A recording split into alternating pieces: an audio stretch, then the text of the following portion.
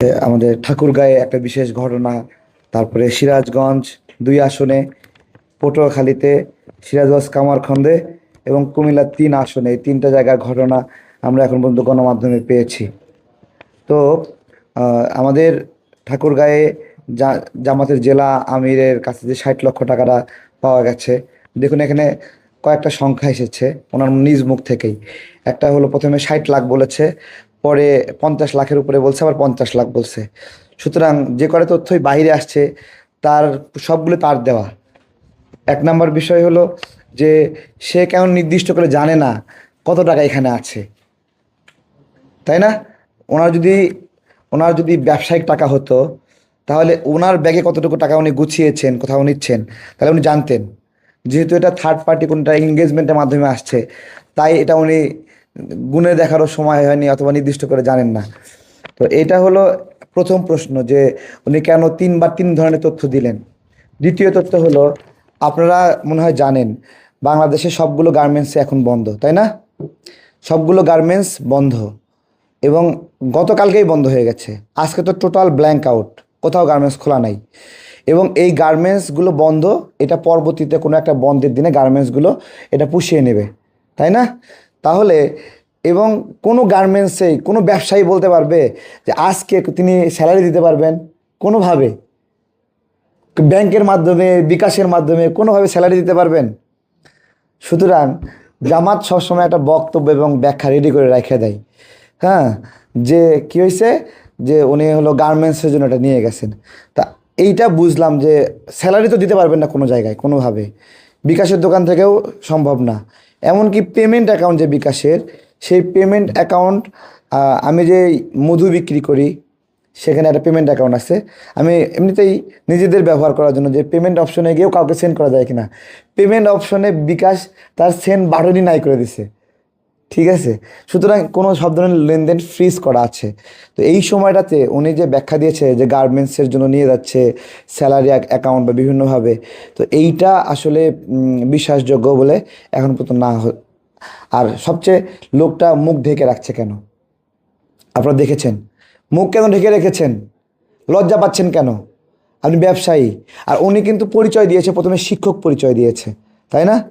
শিক্ষক পরিচয় দিয়েছে। একজন শিক্ষক যদি ছোটোখাটো একটা ব্যবসায়ী হয়, তাহলে কতটুকু ব্যবসা হতে পারে যে 60 লক্ষ টাকা 2টা ব্যাগ ভরা এসে নিয়ে যাচ্ছে। তো এই বিষয়গুলোতে যে ব্যাখ্যাগুলো দিচ্ছে, আমার একটা জিনিস মনে হচ্ছে যে উনি যেই টেরিটরিতে আছেন, যে নির্বাচনী এলাকায় আছেন, ওই এলাকার জামাতের প্রার্থিতা বাতিল করা উচিত। আমি বাতিল বাতিল চাচ্ছি সরাসরি। কারণ এই যে নির্বাচন বিষয়ে শাস্তিগুলো অদ্ভুত। আপনি যত বড় একটা অপরাধ করেন না, আপনার প্রার্থীটা বাতিল হয় না। 2,000 টাকা জরিমানা, 60 লক্ষ টাকার জন্য ধরেন তো 10,000 টাকা জরিমানা করবে, এরকম একটা এখানে ব্যবস্থা। দ্বিতীয়ত, সিরাজগঞ্জ 2 আসনে টাকা সহ ধরা পড়েছে। এবার ধরা পড়ার পরে লোকটা দৌড়ে পালাচ্ছিল। আপনারা দেখেছেন কেন আমি জানি না, আমার কাছে ভিডিওটা আমার কাছে আসছে। পালাচ্ছিলেন কেন, তাই না? পটুয়াখালীতে 450 পিসের মতো পাইপ নিয়ে ধরা পড়লো আমাদের জামাতের ভাইয়েরা।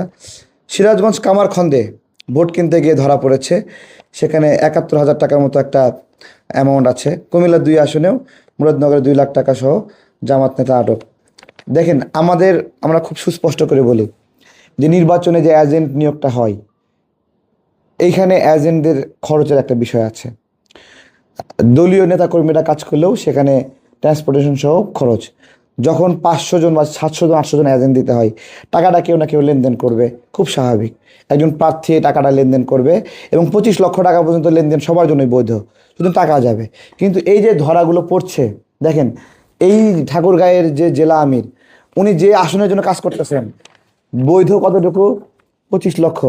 সেই হিসেবে তো উনি বেকায়দায় পড়ে যাচ্ছেন যে উনি 25 লক্ষ টাকা না 60 লক্ষ।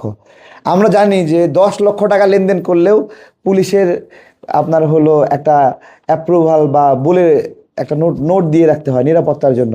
সেখানে উনি 60 লক্ষ টাকা নিয়ে ঘোরাফেরা করছেন। এখানে আবার ওইখানে বিমানের একজন পরিচালক পর্যায়ের একজনকে রেডি করে রাখছে সাথে সাথে। এদের সব জায়গায় লোক সেট আপ দেওয়া। হ্যাঁ, ঘটনা ঘটতে দেরি হয়ে গেছে, উনি সঙ্গে সঙ্গে বলে দিচ্ছে যে উনি এই বিষয়ে জানে। তো এইগুলো বিষয় বাংলাদেশে আমাদের দীর্ঘদিন পরে আমাদের নির্বাচন হচ্ছে। এই নির্বাচনটা সবার জন্য দীর্ঘদিন না, যারা আমরা নির্বাচনে অংশগ্রহণ করিনি, ভোট দিতে পারিনি, আওয়ামী লীগ তাদের মতো করে নির্বাচন করছে, যারা আমরা বঞ্চিত হচ্ছিলাম তাদের জন্য এটা 17 বছরের নির্বাচন। কিন্তু আবার আওয়ামী লীগের লোকদের জন্য এটা 17 বছর পরে নির্বাচন না, আবার তারা এইবার নির্বাচন করতে পারছে না। এই সব কিছু মিলিয়ে এই সময়ের নির্বাচনটা একটা অদ্ভুত নির্বাচন, যেই নির্বাচনে আমাদের আগের মতোই আক্ষেপ রয়ে গেছে যে এখন আওয়ামী লীগ অংশ নিতে পারছে না এই নির্বাচনে। তো সেই কারণে অনেক ভোটার ভোট কেন্দ্রে যেতে চায় না। আমরা যখন ভোট চেতে যাই, তো বলে যে তারেক ভাই আপনি ভোটে দাঁড়াইছেন, আপনি না দাঁড়ালে অন্য কেউ দাঁড়ালে আমি ভোট দিতে যাইতাম না, আমরা ভোট না দেওয়ার চিন্তা ভাবনা করছি, এইভাবে অনেকে বলেছে। হয়তোবা তারা আমার কোনো কথা দ্বারা খুশি, সেই জন্য তারা বলতে পারে, তাদের কোনো রাজনৈতিক মতের সাথে আমার একটু একটু মেলে, সেই কারণে আমাকে তারা এমনিতে ভোট দিত না। তো সুতরাং এটা বিষয়টা গেল। তো সব শেষে নির্বাচন কমিশনের প্রতি আমার অনুরোধ, এই যে এত বড় বড় অপরাধ সংঘটিত হচ্ছে, এগুলো এখন মানে সুরাহা কিভাবে করবেন, এগুলো আমরা সুরাহা চাই।